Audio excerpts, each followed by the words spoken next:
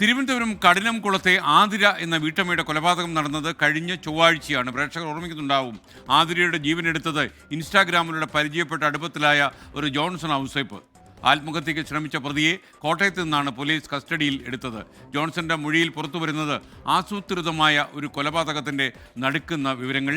അതിലൂടെ നമ്മളൊന്ന് തിരിഞ്ഞു നടക്കുകയാണ്. ഒരു ക്രൈം ബ്രൂട്ടൽ ക്രൈം ആകുന്നത് എങ്ങനെയാണ്? അതിൻ്റെ രീതി കൊണ്ട് മാത്രമല്ല, അത് ചെയ്യുന്നത് വിശ്വസിച്ച ഒരാളാകുന്നത് കൊണ്ടുകൂടിയാണ്. പരസ്പരം ലൈംഗിക ബന്ധത്തിൽ ഏർപ്പെടുന്ന രണ്ടുപേർ, അതിലൊരാൾ മറ്റൊരാളെ ആ സമയം കുത്തിക്കൊലപ്പെടുത്തുന്നു. കഠിനംകുളം കൊലപാതകം ഒരു ബ്രൂട്ടൽ ക്രൈം ആകുന്നത് ഇങ്ങനെയാണ്.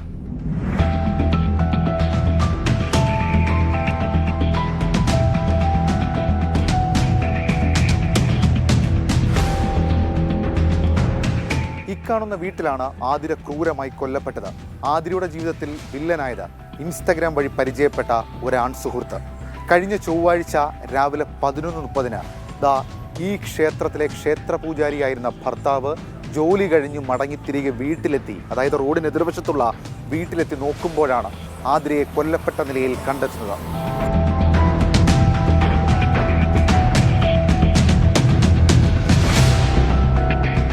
ആതിര കൊല്ലപ്പെട്ട വീട്ടിൽ നിന്നും ഭർത്താവ് ജോലി ചെയ്ത ക്ഷേത്രത്തിലേക്കുള്ള ദൂരം വെറും 50 മീറ്റർ. അതുകൊണ്ട് തന്നെ പോലീസ് എല്ലാ സാധ്യതകളും പരിശോധിച്ച് ആദ്യഘട്ടത്തിൽ അന്വേഷണം നടത്തി. ഭർത്താവിനെ വിശദമായി ചോദ്യം ചെയ്യുകയും ചെയ്തിരുന്നു. എന്നാൽ വളരെ പെട്ടെന്ന് അവിടേക്ക് മറ്റൊരു എൻട്രി. ജോൺസൺ ഔസേപ്പ്, അതായത് ആതിരയുടെ സുഹൃത്ത്. നിർണായകമായത് ആതിരയുടെ മൊബൈൽ ഫോണിലെ ചില വിവരങ്ങളും ആതിരയുടെ അമ്മയുടെ മൊഴിയും. ചൊവ്വാഴ്ച രാവിലെ 8:30 ആതിര കുട്ടിയെ സ്കൂൾ ബസ്സിൽ കയറ്റിവിട്ടത് കണ്ടവരുണ്ട്. ഭർത്താവായ രാജീവ് ക്ഷേത്ര ജോലിക്കായി രാവിലെ 5 മണിക്ക് പോയാൽ തിരികെ എത്തുന്നത് 12 മണിക്കാണ്.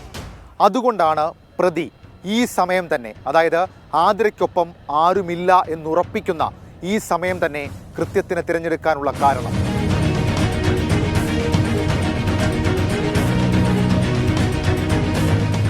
ആരാണ് ഈ ജോൺസൺ ഔസേപ്പ്? റീൽസ് താരം, കൊല്ലം ദളവാപുരം സ്വദേശി. 5 വർഷം മുമ്പ് വിവാഹമോചനം നേടിയെങ്കിലും ഭാര്യയുടെ നാടായ ചെല്ലാനത്താണ് ഇയാൾ താമസിച്ചു വന്നിരുന്നത്. കൊല്ലപ്പെട്ട ആതിര ഇയാൾ പരിചയപ്പെടുന്നത് 10 മാസം മുൻപ് റീൽസ് ഗ്രൂപ്പിലൂടെ.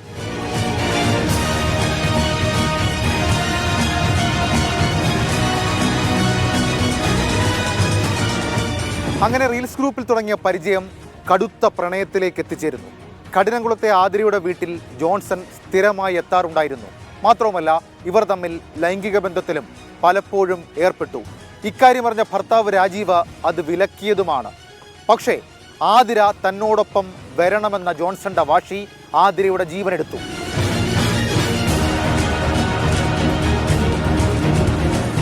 എങ്ങനെയായിരുന്നു ആ ക്രൂരകൃത്യം? ജോൺസൺ എല്ലാം ആസൂത്രണം ചെയ്താണ് തിരുവനന്തപുരത്തേക്ക് എത്തിയത്. കൃത്യം നടക്കുന്നതിന് 5 ദിവസം മുൻപ് പെരുമാതുറയിലെ ഒരു ലോഡ്ജിൽ ജോൺസൺ മുറിയെടുത്ത് താമസിച്ചു. ആ ദിവസം, അതായത് ചൊവ്വാഴ്ച രാവിലെ 8:30 ആതിരയുടെ കുട്ടി സ്കൂളിലേക്ക് പോകും വരെ കാത്തുനിന്നു. അതിനുശേഷം വീടിനുള്ളിലേക്ക് കയറി ആതിരയോട് ചായ ആവശ്യപ്പെട്ടു. കയ്യിൽ കരുതിയിരുന്ന കത്തി അതെടുത്ത് ബെഡിനടിയിൽ സൂക്ഷിച്ചു. ശേഷം ഇരുവരും ലൈംഗിക ബന്ധത്തിൽ ഏർപ്പെടുന്നു. അതിനിടെ ക്രൂരമായി മുൻപ് സൂക്ഷിച്ചിരുന്ന കത്തിയെടുത്ത് ആതിരയുടെ കഴുത്തിൽ കുത്തി ആതിരയുടെ ജീവനെടുത്തു.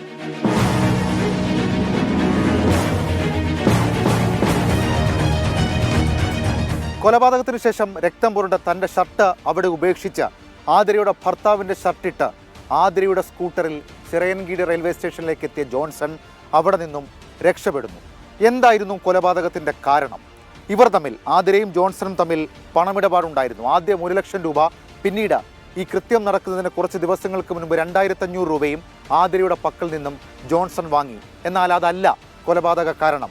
ഒപ്പം താമസിക്കണമെന്ന ജോൺസന്റെ വാശി അത് ആതിര നിരസിച്ചു. കുട്ടിയുള്ളതിനാൽ ഒപ്പം വരാൻ കഴിയില്ലെന്ന് ആതിര തുറന്നു പറഞ്ഞു. ഇതാണ് ജോൺസനെ പ്രകോപിപ്പിച്ചത്.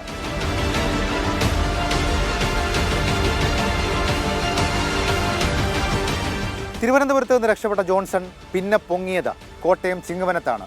അവിടെ ഒരു വീട്ടിൽ ഹോം നേഴ്സായി ജോലി ചെയ്തു വരികയായിരുന്നു ഇയാൾ. അവിടേക്ക് തന്നെയാണ് ഇയാൾ മടങ്ങിയെത്തിയത്.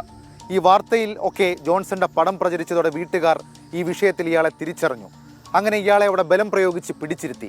ഇതോടെ വിഷം കഴിച്ച് ആത്മഹത്യയ്ക്ക് ശ്രമിക്കുകയായിരുന്നു ജോൺസൺ. ഒടുവിൽ പോലീസ് എത്തി ഇയാളെ കസ്റ്റഡിയിലെടുത്തു, അറസ്റ്റ് രേഖപ്പെടുത്തി.